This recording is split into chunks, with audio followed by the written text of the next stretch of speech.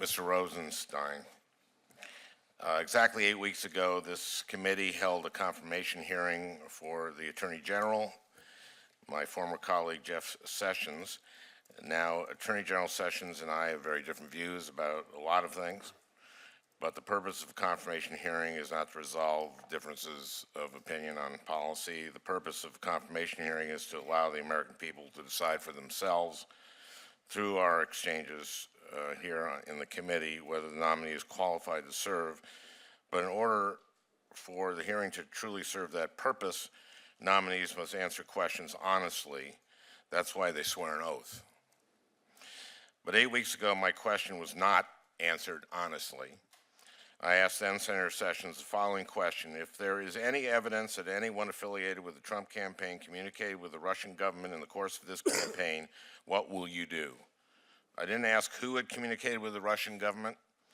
I asked how the man positioned to become the nation's top law enforcement individual, a man who had served as chairman of the Trump campaign's National Security Advisory Committee, would conduct himself if circumstances required that the Department of Justice investigate members of that same campaign.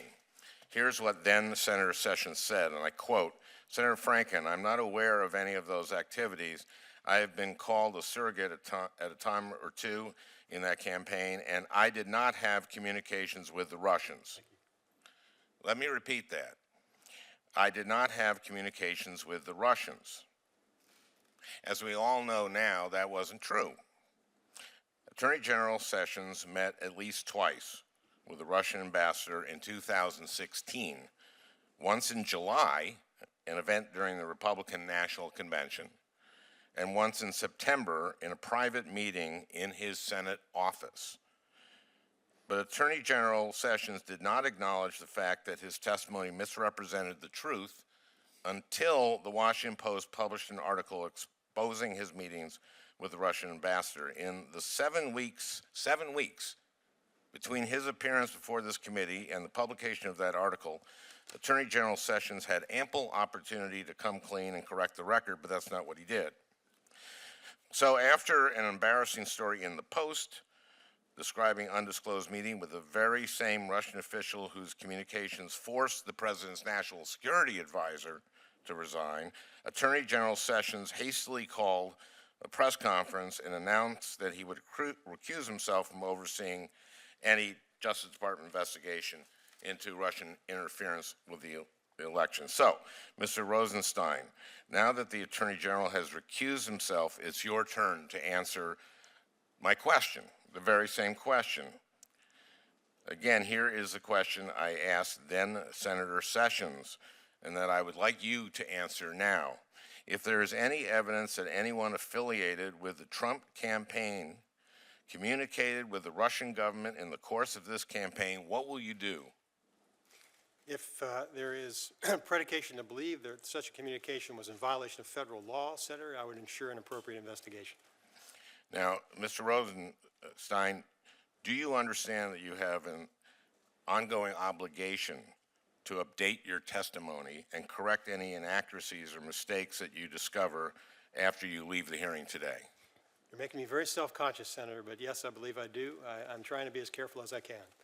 Good. I must have just taken it for granted that witnesses understood their obligation to correct inaccuracies in their testimony, but evidently that obligation was not known to Attorney General Sessions.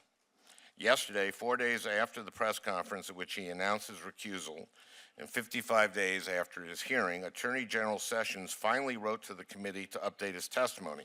In that updated testimony, the Attorney General references a letter written by the Democratic members of this committee on March 3rd. Attorney General Sessions said, and I quote, "The letter asks why I did not supplement the record to note any contact with the Russian ambassador before its disclosure.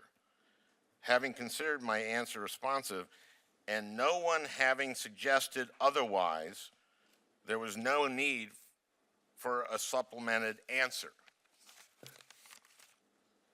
So it would seem that in the Attorney General's view, unless this committee has reason to believe that a witness provided false testimony or unless this committee suggests that a witness's answer is grossly misleading or unresponsive, that witness is relieved of his or her sworn duty to tell the truth, the whole truth, and nothing but the truth.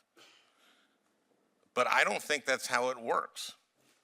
And in light of Attorney General Sessions' failure to recognize his obligation to this body, I thought it was important for me to make sure that you clearly understand this obligation.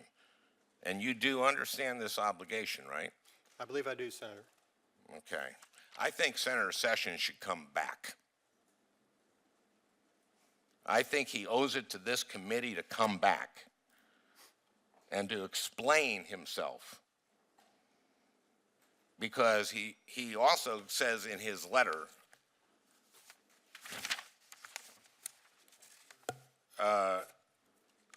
may I just...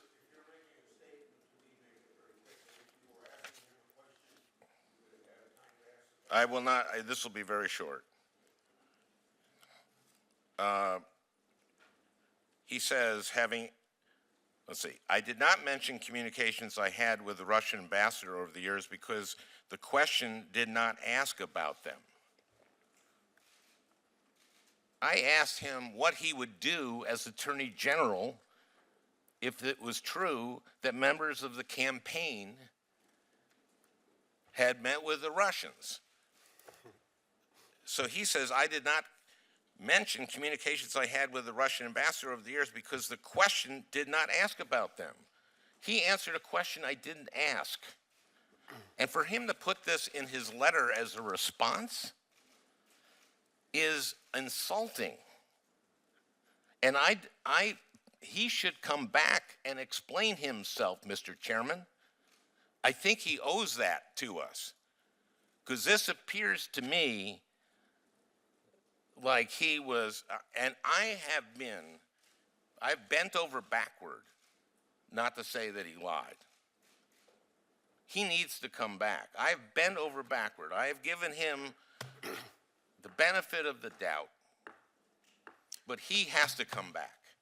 Mr. Chairman, may I, sorry, may I just make one clarification, and I apologize, but Senator Franken's comments, I think, make it important for me to make this point. That is that I want to make sure I didn't misspeak earlier when I was asked about whether or not I would announce that an investigation was ending regarding Russia. I want to make sure you're all clear on this, that I do not know if there is an investigation.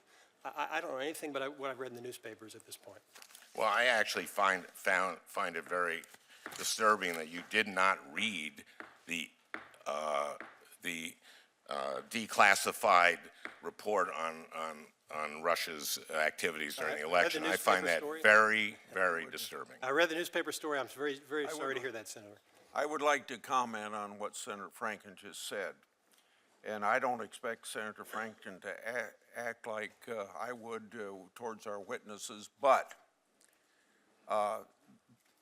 as I remember Senator Franken asking his question of Senator Sessions, he referred to something that there had just been something come on CNN that obviously, and Franken said that Senator Sessions wouldn't know what it was, and he was going to take that into consideration, that it would have been all right for you to ask your question, and you probably should have given him a chance to get the information you had and reflect on it and give an answer in writing. Now, the way I tend to, and you both of you know that I said this to you when you were in the privacy of my office.